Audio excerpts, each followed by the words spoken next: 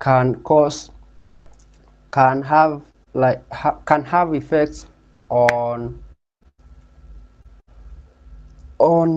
on servers when a developer implements features without having security in mind. So let me share.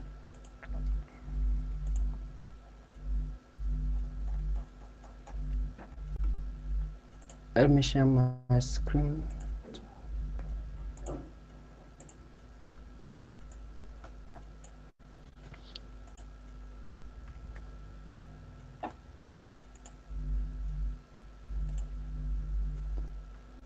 So in today's session,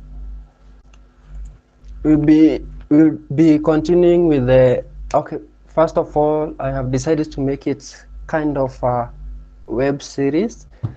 So we'll be going through every core implementation or features that can result in vulnerabilities when developing web apps.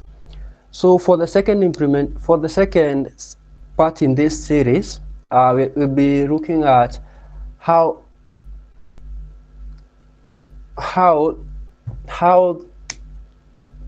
insecure implementation of core features can cause SSRFs, and we'll look at what SSRF is and how SSRF comes to be.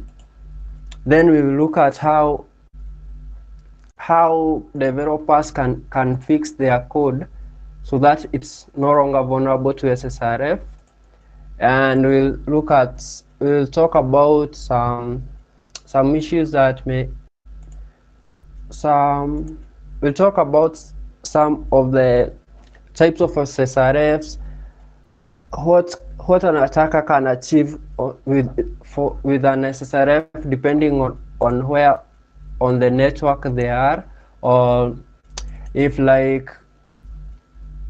they are on this digital infra servers as a service like AWS, EC2, how an attacker, what kind of an attack surface an attacker has in those types of environments. So first off, so why this talk or series? This is because recently I've gotten into web application development, and I've had to rethink how someone is supposed to build web apps, because I didn't go from web development to security. I have come from security as a hacker to web development. So I have found it a little bit it takes more time, and it's a little bit complicated to design a web app with security in mind, because of the different attack scenarios that an attacker, or attack endpoints that an attacker has with your application, depending on how you have configured it. So the hope of this web series will be so that we can break the cycle of insecure web apps, because if you have been a hacker and you have navigated to one of those Kenyan websites, like even government website, you find that they are very insecure, and all the user data is just laying there for anybody to take. You don't even have to be that specialized so that you can access somebody's data, maybe like their ID, their email, their phone numbers.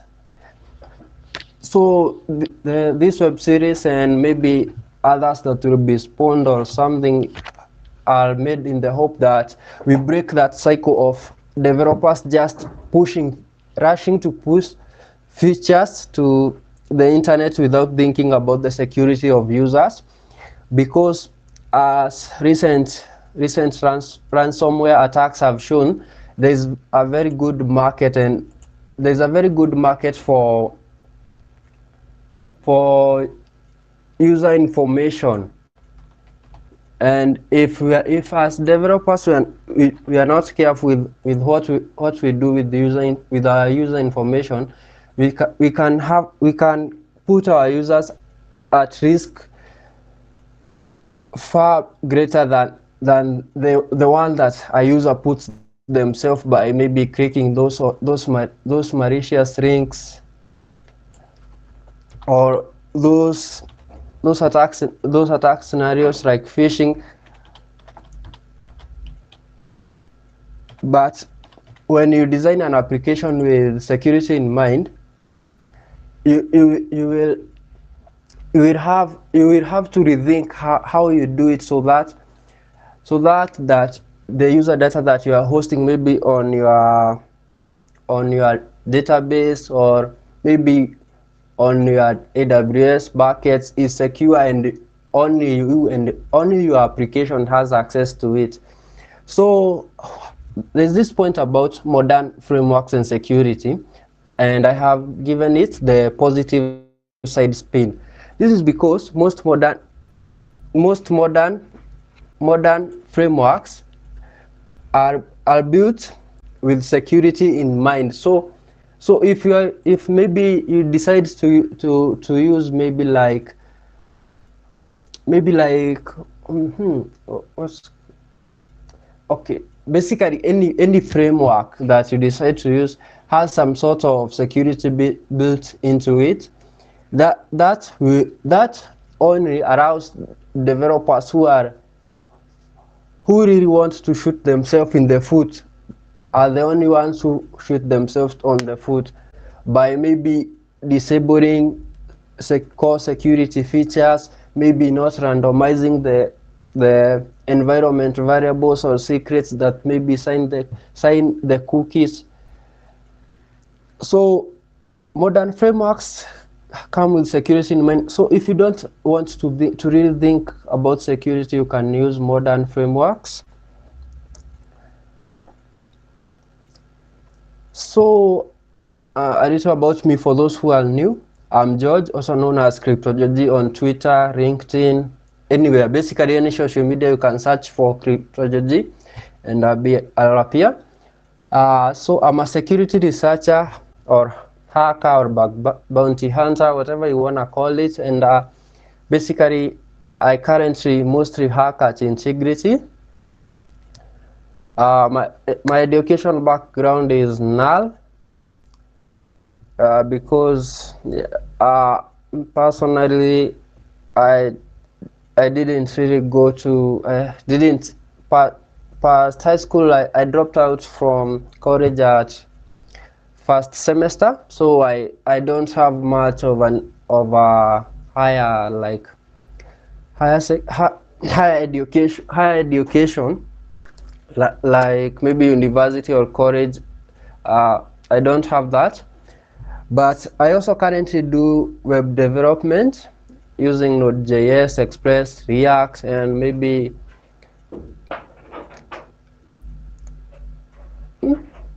can't recall that on the top of my head.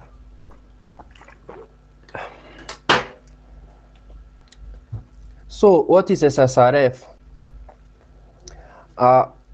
Today we'll be looking at SSRF via core features, and I wanted to show you about messaging, but due to some technical issues I had to resort to using posts. So SSRF or SSRF is short for server-side request forgery. So it involves an attack where an attacker can abuse server functionalities to access or modify resources, especially internal resources. The attacker targets the application that supports data imports or maybe URL parsing, then uses that to read maybe internal servers or anything internal. They can also modify internal infrastructure if maybe like if you built your internal infrastructure and behind a reverse proxy, and you allow request like post to come from the reverse proxy, you can be in big trouble when an attacker finds an SSRF. The definition was I got that definition, or that snippet I got from power.com. You can read more on. I will leave the link.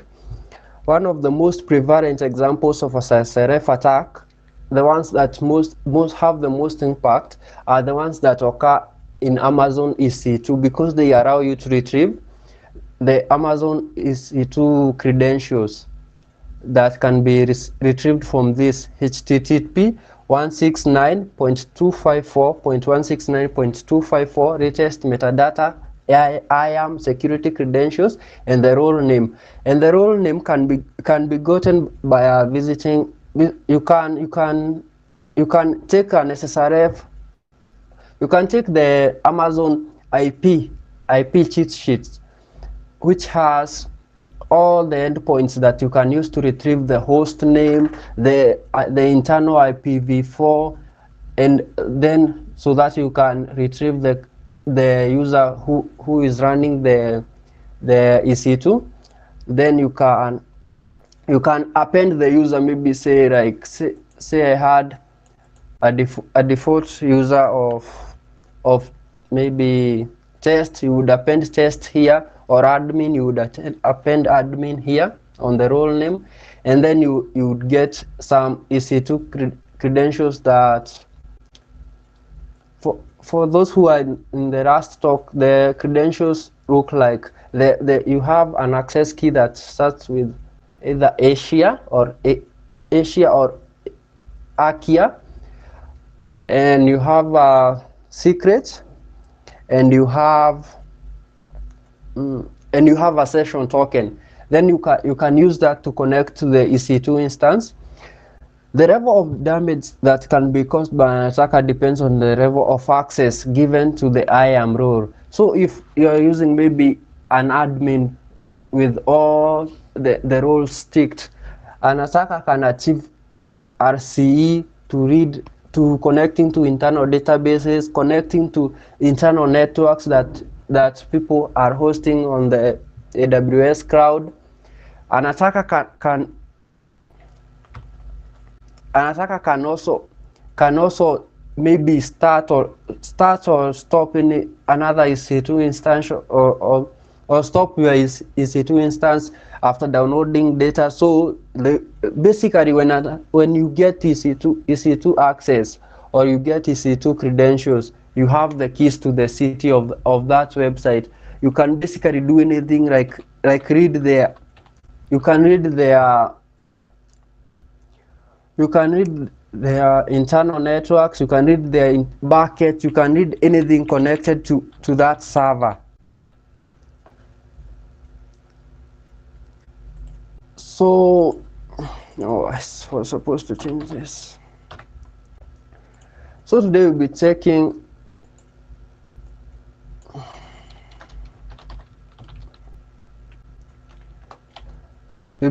how a developer can implement an insecure URL parsing.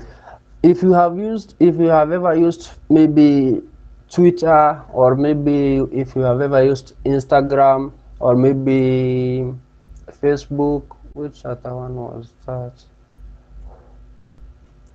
Okay. If you have ever used them, whenever you create a post, whenever you create a post that has a URL, the Facebook fetches some content of that URL, and then serves them as header, or as maybe like a preview of that URL.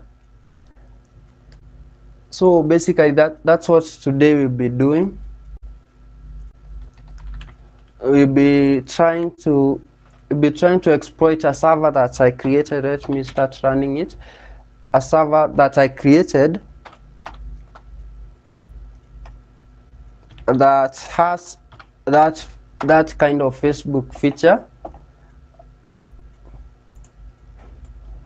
So where when you create a post and it has a link, it's the server fetches that link. When it fetches that link, the server is starting.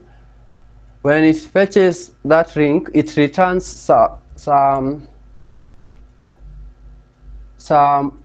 potential information about the running web, the run.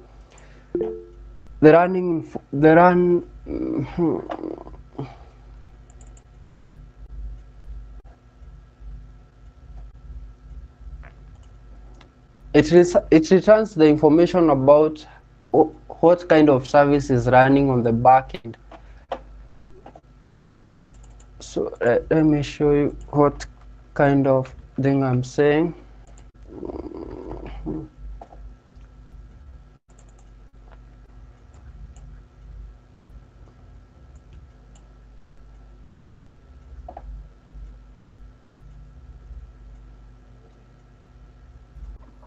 George, are you sure you're sharing correct? Let me share my kindly. my Postman correction.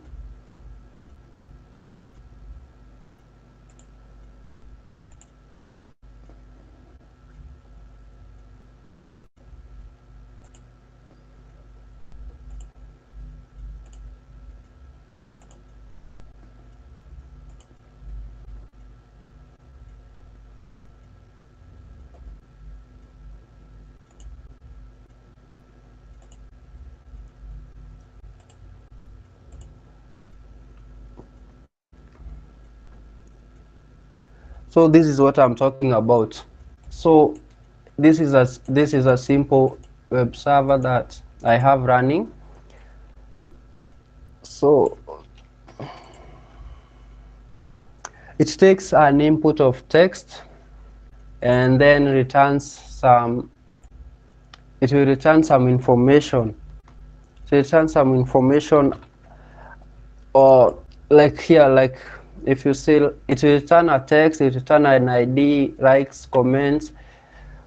So this is just a simple post. So let's test it. Let's ensure it is working. So if you see, whenever we post to it, we send a post request. We get post created successfully. We get a post. Here we have a preview. This is where whenever a URL is scanned, this is where it will be returned, and then we get the user who created the post. So let's try having, maybe maybe you have like, maybe you have a demo, like maybe it's live and you want to share share your site. So you can come maybe and send a post and say, hello guys,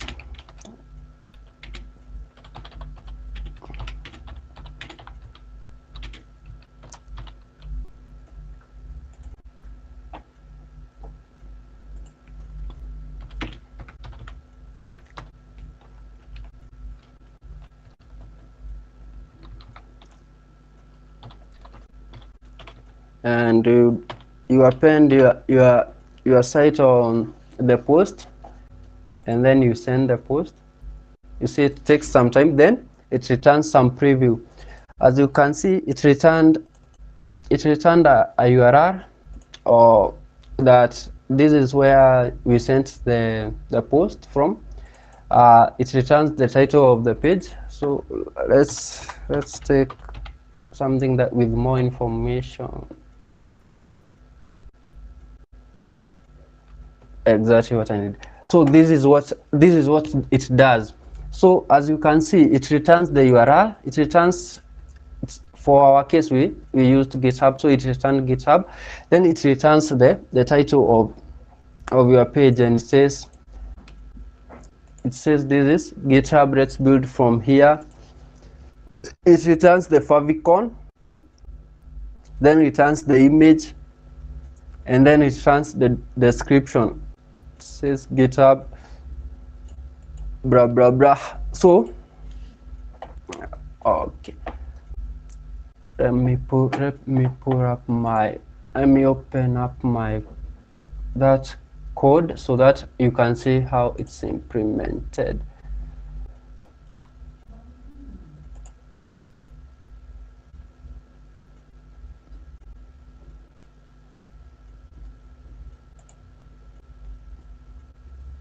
Posts control.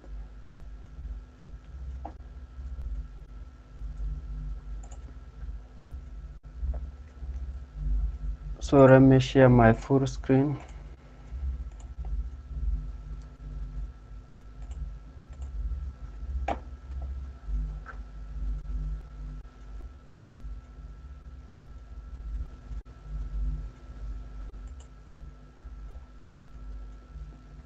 So this is the code, not that.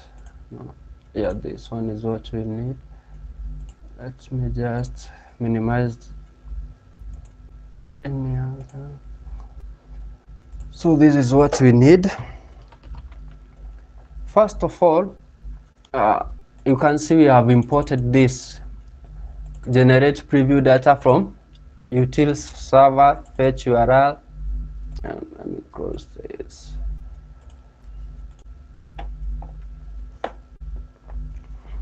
So that just basically takes in it takes in an SSRF filter, and it passes the URL from post. If you can see, so for the post, first we ensure that request body is not missing as per my Rust lesson.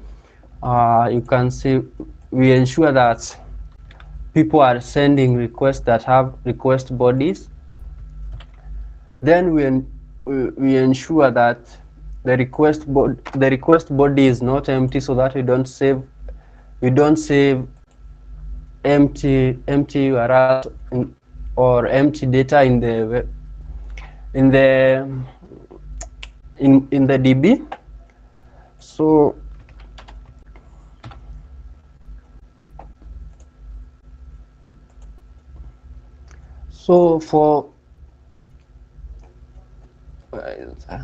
so here it is. It starts here. So this is where the code starts to extract the URLs.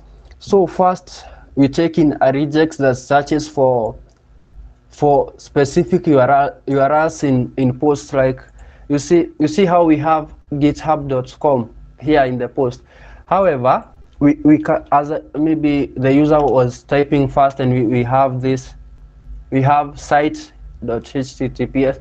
This basically do not work in a browser because there's no scheme called site HTTPS. But once we send it, our server gets it. So I'll show you how I dealt with that. So first we log the URLs. As you can see, we are logging the URLs. Secondly, we ensure that the URL has a length of 0, so that we don't run into an error when we are trying to extract this and trying to save a message that doesn't have a URL. Then we pass first when we extract the URLs and we ensure it's not null, we get proxy number 1. So if the regex 2, where is regex 2? I think I have defined the regex up there, the regex 2. So if this is where I have handled the case where this case, you see this case where a user sends in a site but has their message combined with the site scheme. We handle that here. We take a regex, and then we destructure the whole URL. So if the URL doesn't start with HTTP, as in our case here, since it starts with site HTTPS, we drop that site HTTPS. Then here is where we are executing our regex. So then we try with the first one. If where is that concept? If this proxy URL, so proxy URL will come from this equals match to, which will be matched here. So if it does exist, we call in our function, this function that is defined here, modules export generate preview data. We call in, where were we? We call in that generate preview data. We use the request user ID. Where is it? API. As you can see, the request ID comes from the auth middleware. This auth middleware. Let me show you where that middleware extracts. The middleware extracts it from the request headers, and it's in the JWT. So we get URL. We return a preview of preview data proxy.url, which will have a placeholder? Okay, a JSON value of URL, the title, the favicon, the image, and the description, and then we save. Else we return a 500 error. So here, this is what we did. Post created successfully. Then we return this post, which is new post, and you see it contains the user, the text. Basically, this data that you are seeing here, this is what is returned here. So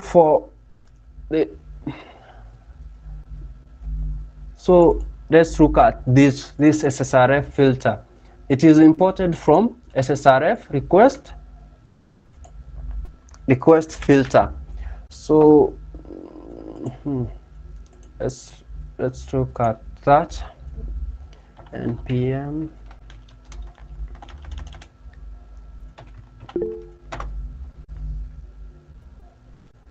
and the reason why we went there is because I want to show you why we're using this HTTP agent and HTTPS agent.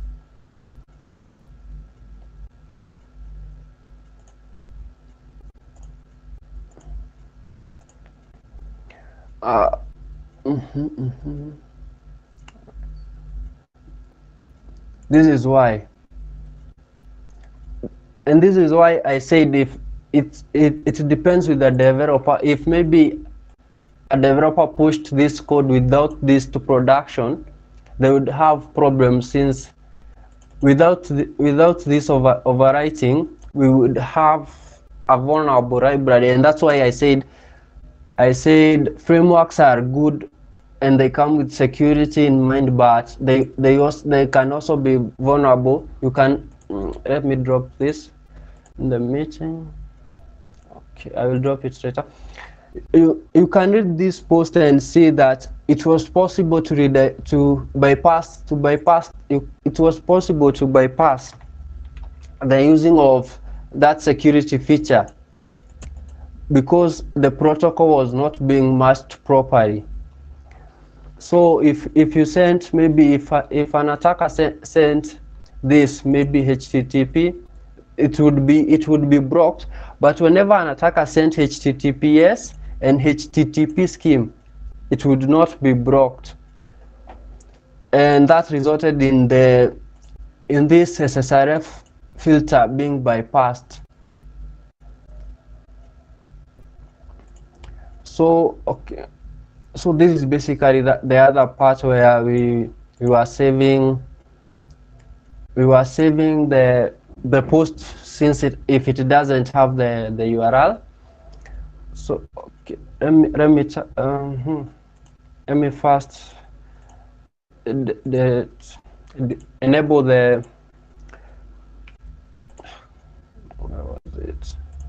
Let me first enable the vulnerable. Let me enable the vulnerable server.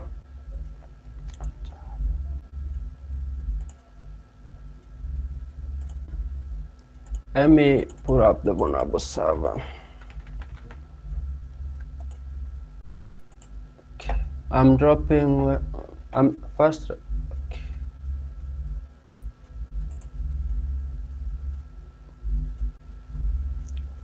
Oh, I have dropped the link in the in the in the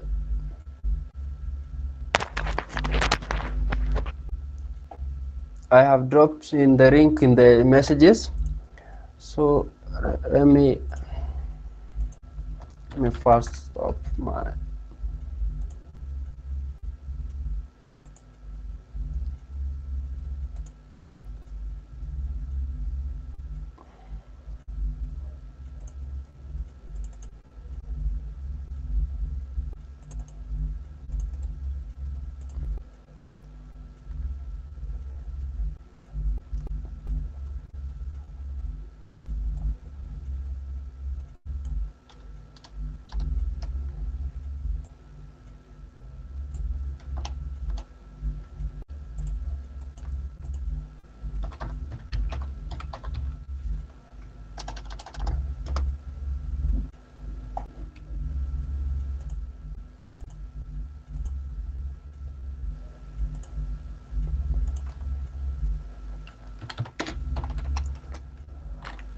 Just a moment, guys.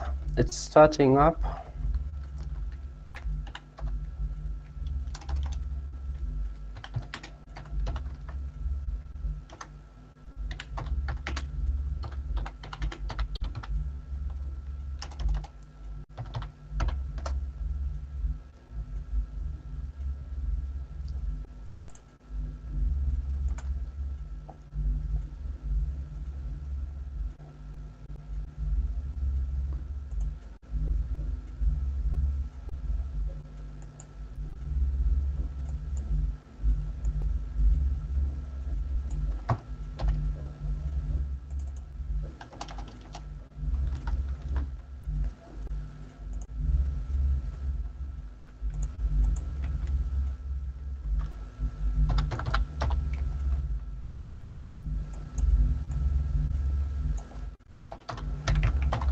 So,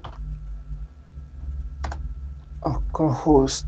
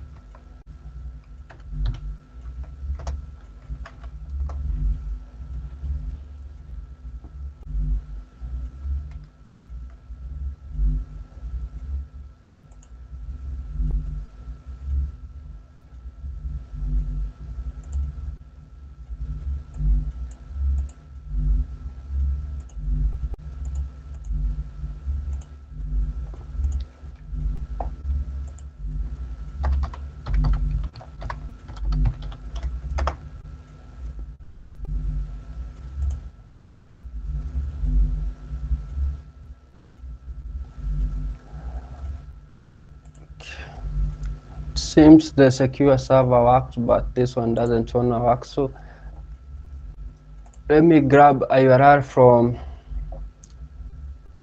Portswigger so that we can use that.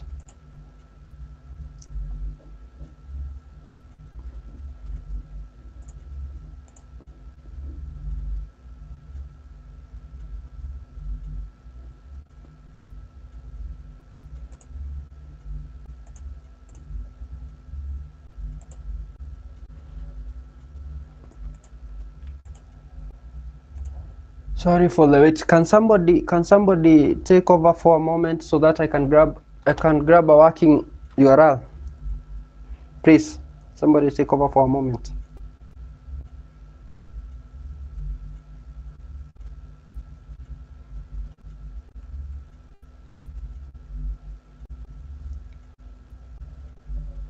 Yawira.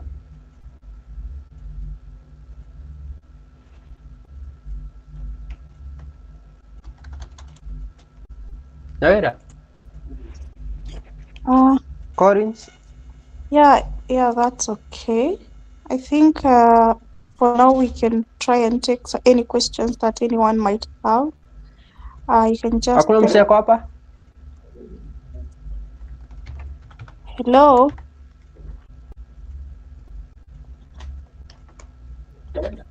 Yes, can anyone hear me? Hello. Yeah, I can hear you. Yes. Okay, thank you. So I was trying to say that we can try and take any questions that you might have as Evans, he you wanna tries. take over? Or anybody with a question can ask right now. Yeah.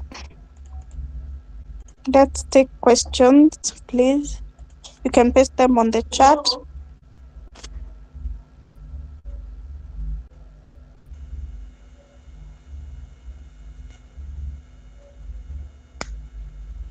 Evans.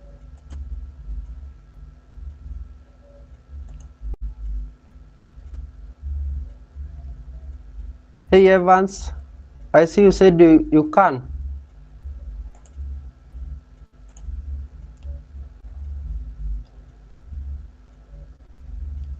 Never mind, it's up.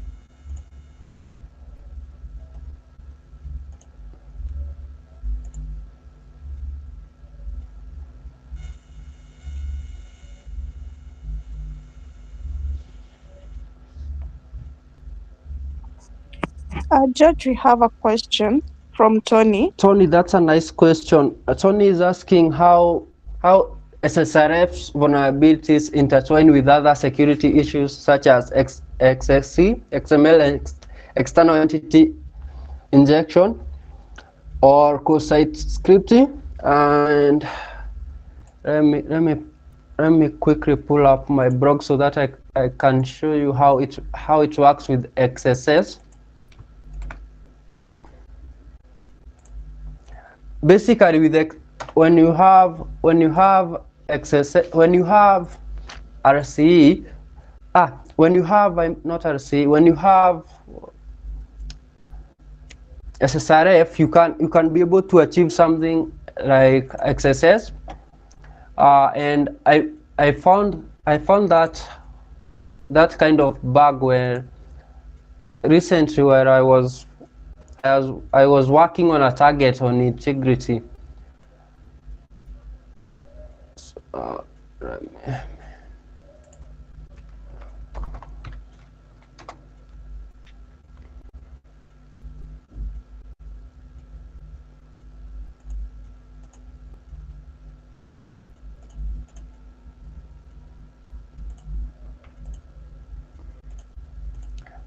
So the Portugal Arab is up. Let's see that one. Then we go and read that blog itself. What's the highest bounty? Let's finish with the SSRF. Then we'll talk about the bounties and maybe a future in bug bounty hacking.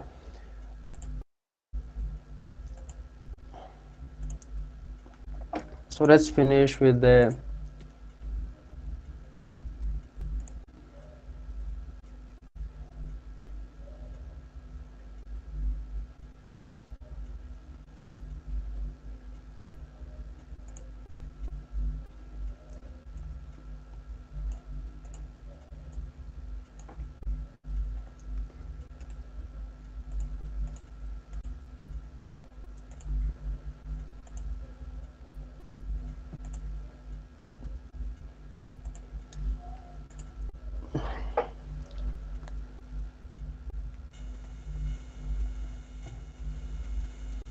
So since my demo isn't my Rocco demo failed to launch, let's use this. this from Portugal. So the Portugal hub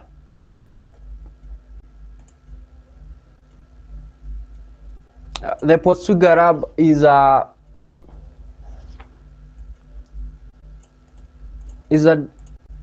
this one is a stock checking app. So whenever you want to check how much stock they have, you send the request and they check on the back end using the URL. Maybe it looks from the front end, or from a hacker's perspective, you can assume it's a microservice architecture, whereby they will take this request from one service, then they will pass it, and they will take this stock API, they will take this value, and then they will send it to another service. That other service will be the stock checking service, and it will take the parameters, and then it will basically start to like pass the DB for what the values it's requesting, and we can basically decode this.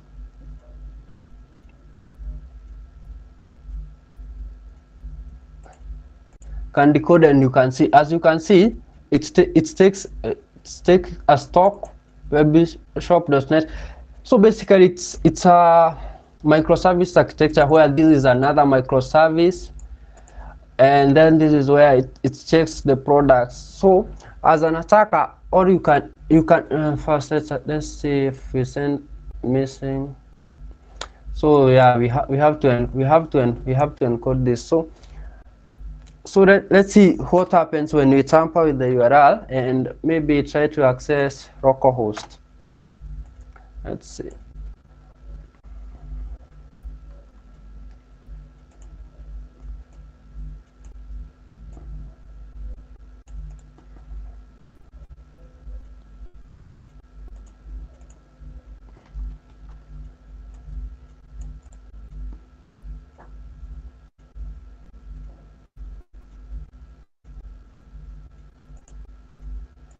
Nope.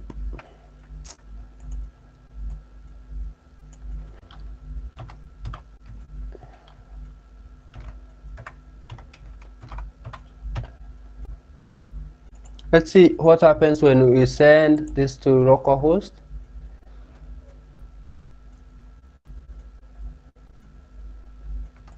Let's try another path.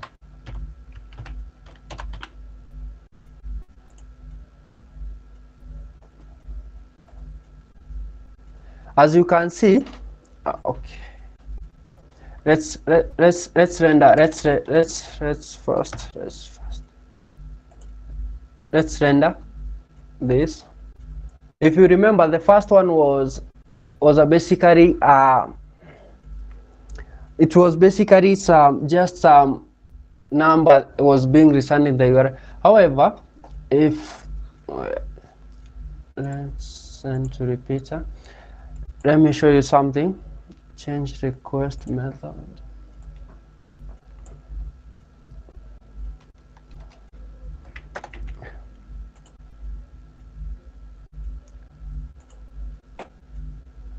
When we render this, when we request this from the front end, from a user perspective, we only get home, my account, and view details. But however, you can since we are requesting this URL from this localhost URL from the inside the network, you can assume that the network maybe they have a check, and they are saying if the user is requesting, if this came from the front end, do not return the admin panel. However, if this request came from the local network, return the admin panel. So basically, in SSRF, basically you have to deal with, maybe like you would take this and you would see there's an admin panel, and then you would append the admin. So you assume this is your target application, then you would start snooping around.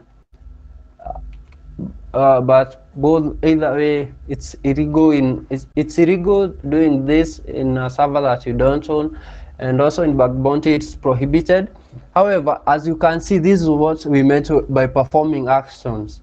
You can see there's this request that says delete username, winner, or carols. So you can assume that when the developers developed this internal admin panel, they did not expect anybody would have access to it. So they added this logic to delete users in the using get request in the admin panel, and they also do not have any form of protection like SSRF and anything like that.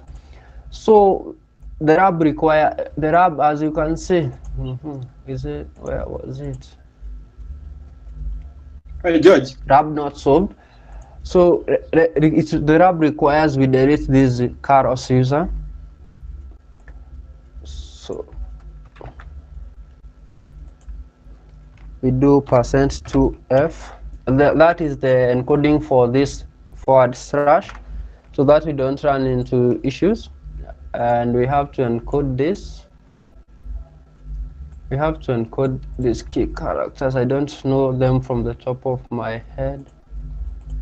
Let's hope that one works. Yeah, let's see if it was successful. And you see it turned to RAB solved.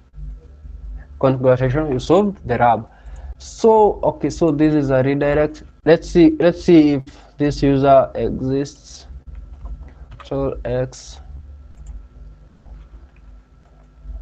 As you can see, we have deleted the user carols.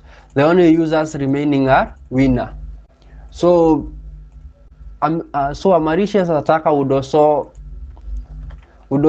just take, okay, a malicious attacker just wants to destroy your application or your network, so they would just delete every user. And now when I hope it doesn't fail. When we request that, we see user deleted successfully and there are no more users in this. So you can imagine if this was maybe it had an area to get secrets or to list other endpoints or other networks in the internal network, it would be a great deal, or maybe access AWS metadata. So that's what happens whenever you perform insecure querying. And the area I showed you how you can prevent that. Okay, basically I showed you how you can prevent that in Node.js apps. So let me show you what happens when we send requests to localhost in my Node app. In my Node app, and let's see how.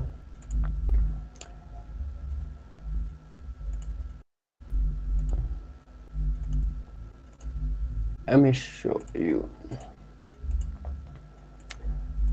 So we have an admin panel here, a simple admin panel. This is the window where we are running our server that has the posts.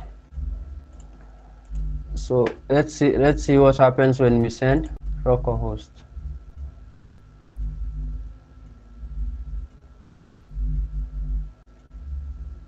What's happened?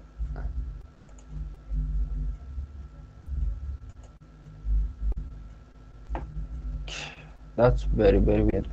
Okay, maybe it's trying to decode the cookie. In the meantime, let's check one of my blogs. Where is that access? The XSS.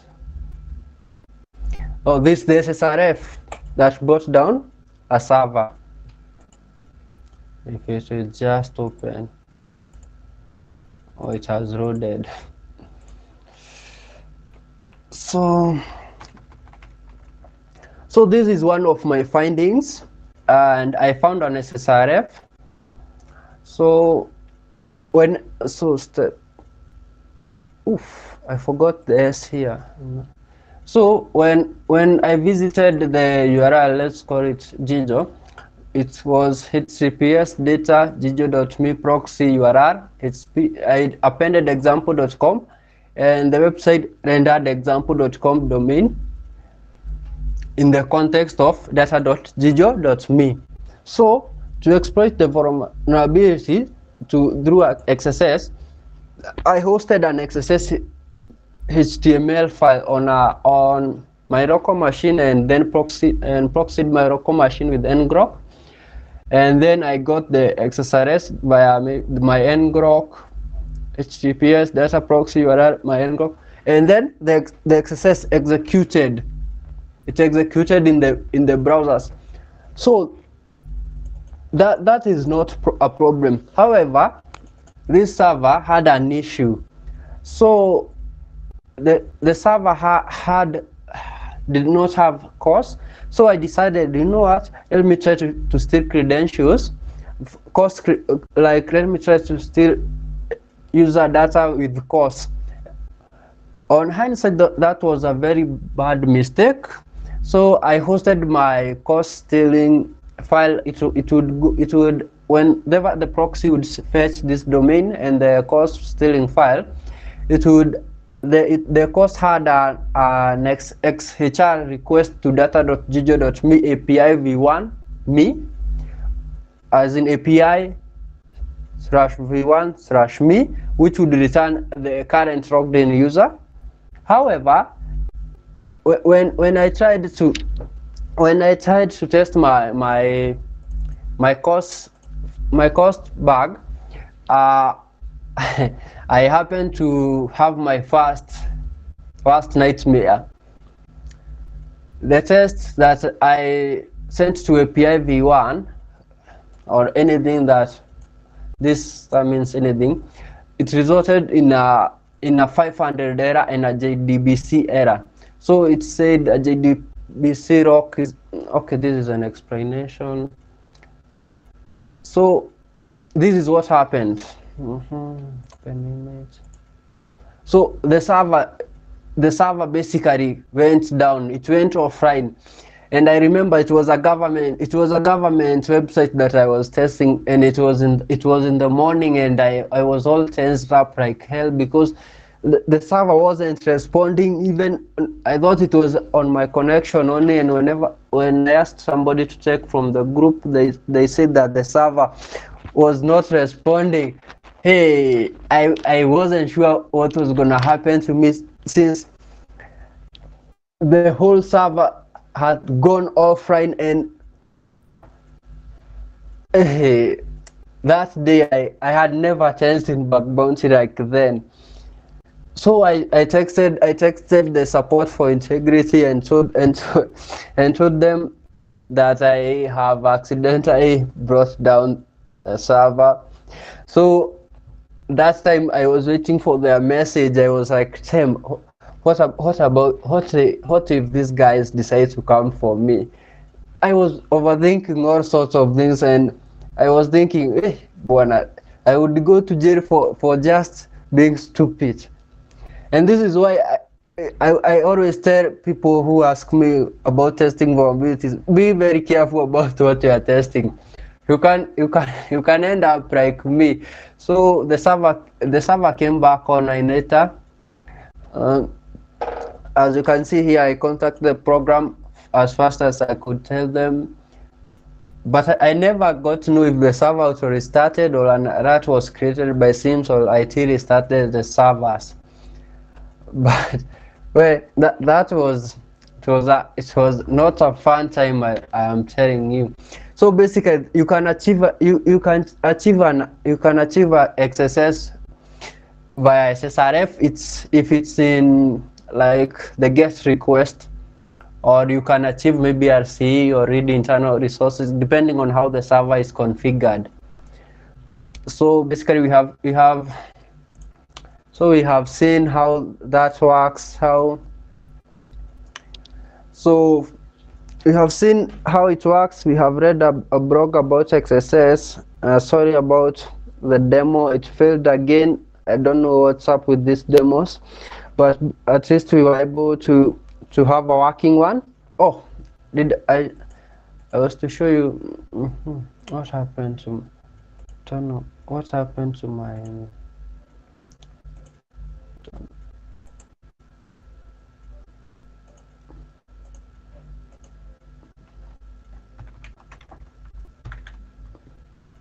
yeah, it's the JWT. It was trying to decode the JWT, and I thought I handled this exception, but it seems yeah, you see, token expired. Now I have so as security, the first rule is always require authentication on all your endpoints. So you see, basically I just sign in with a user. I sign in, and then I come to headers authorization. We first delete our expired JWT. We save the request, and then the body. So let's see what happens when we send a request to Rocco. Let me enable the security.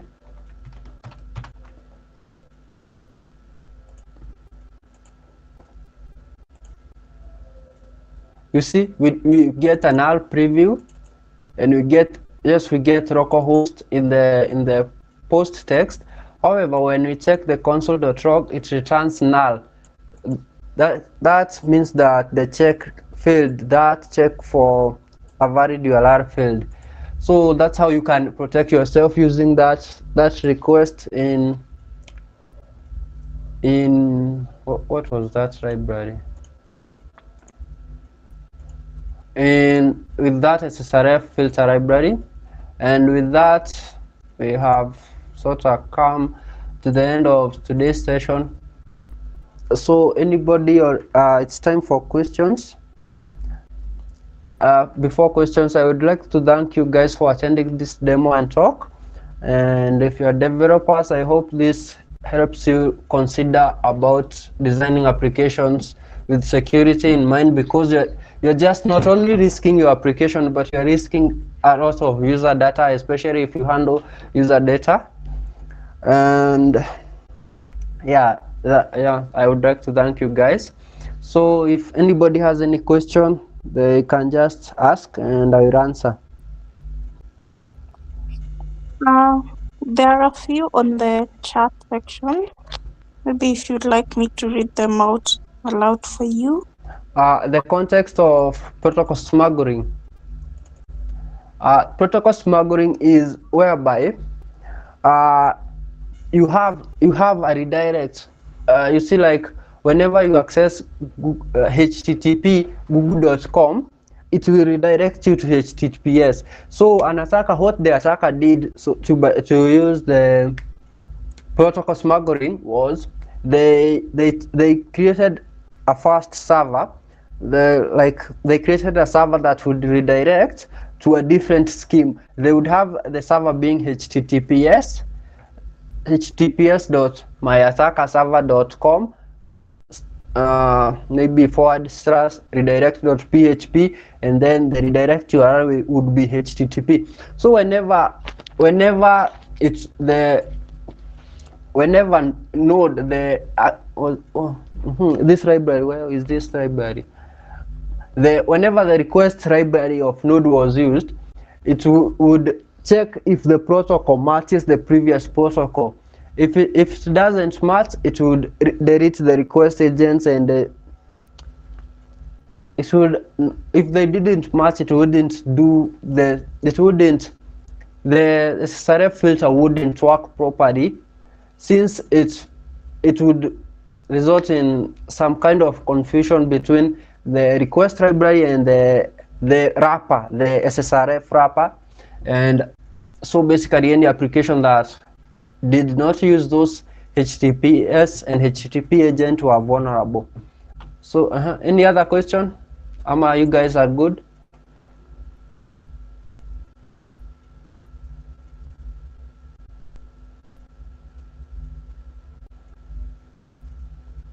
Would you mind making a library scenario hunting session live checking program. Actually, can you? Would you? I would. Randa, I would probably have to. We mzee, nakuona sana, nakuona sana. I would probably have to think about that.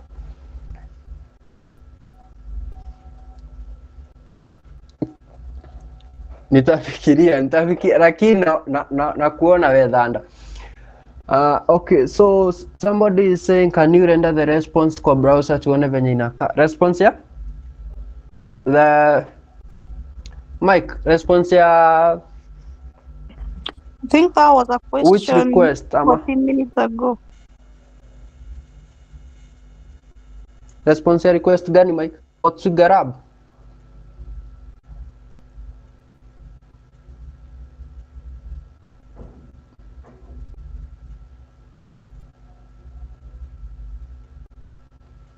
Thank you, Tony.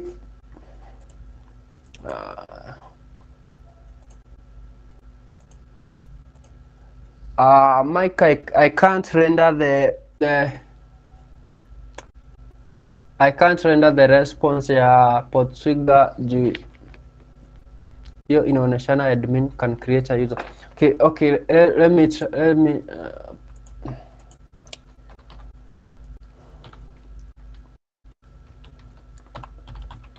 me try to capture the request and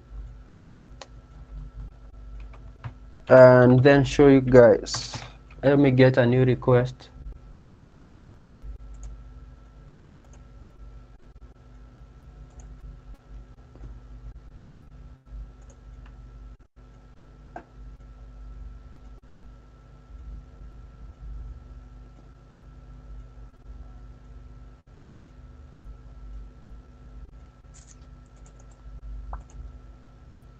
I have a request.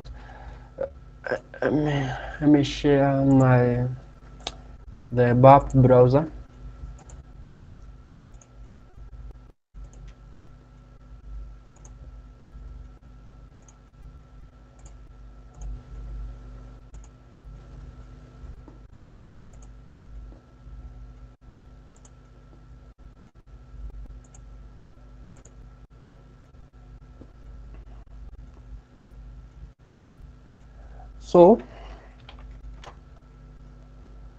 So this is the RAB, and you get an option to view details.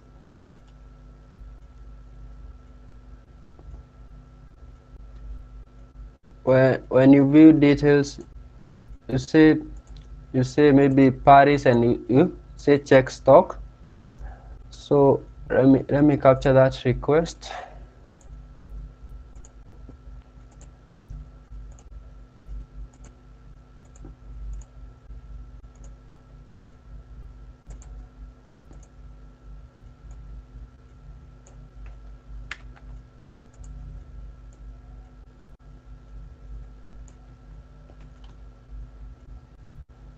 Don't know if it will render properly. It didn't. It's rendered below, but you can see it's rendered here.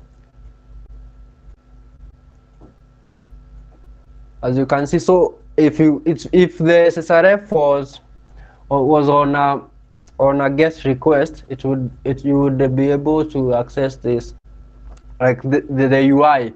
But since it is in a post request, that becomes a little bit difficult. So I hope I have answered you, Mike. I have answered your question.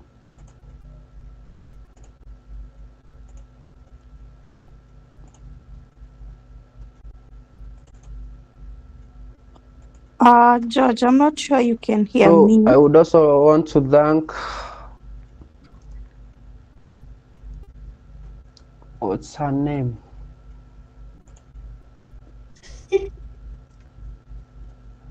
Lesta Kata Nyawira for hosting the session. And since I don't think there are any more questions, Mike acha zako. I would like to I would like to hand over the rest of the session to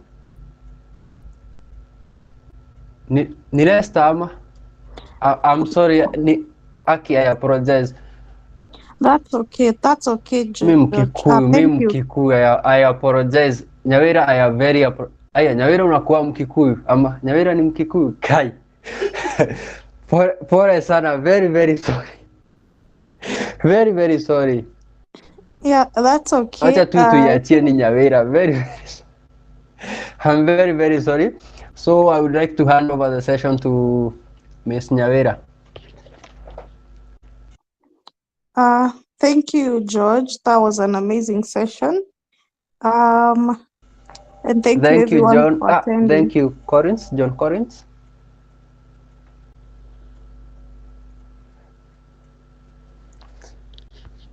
So, Miss Nyawira, kwani alienda?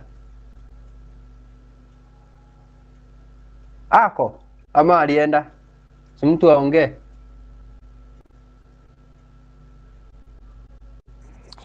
Guys, I don't think George can Tunaona hear me. unaongea but mimi siwezi kusikia. Yeah, I think you can't hear me, but thank you everyone for attending. Have a good night, everyone, and we'll see you on the next session. Thanks, George. Bye, everyone, for now.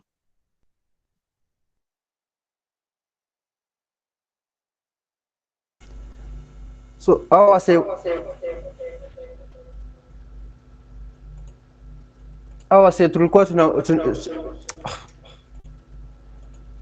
tulikuwa tunauliza mambo ya bounty and what not. Tunaweza achwa tukiongea. Thank you Kolo. Thank you Victor. Tunaweza achwa tukiongea sasa walikuwa wanataka kujua the raw figures and what not. Tunaweza achwa tukiongea za bounty if mse alikuwa mse wenye walikuwa na the people who are just attending the session for the SSRF part. Thank you for attending, and if you want, you can leave. Those people who wanted to talk about bug bounty and whatnot. Who I see it was Pekka. Is it Pekka? Yeah, Philip Pekka. What's your recon methodology like? Basically, I try to correct any URL that I can, any URL that I can, using passive methods and active methods, and I correct all the URLs. Then I pass them for the valid ones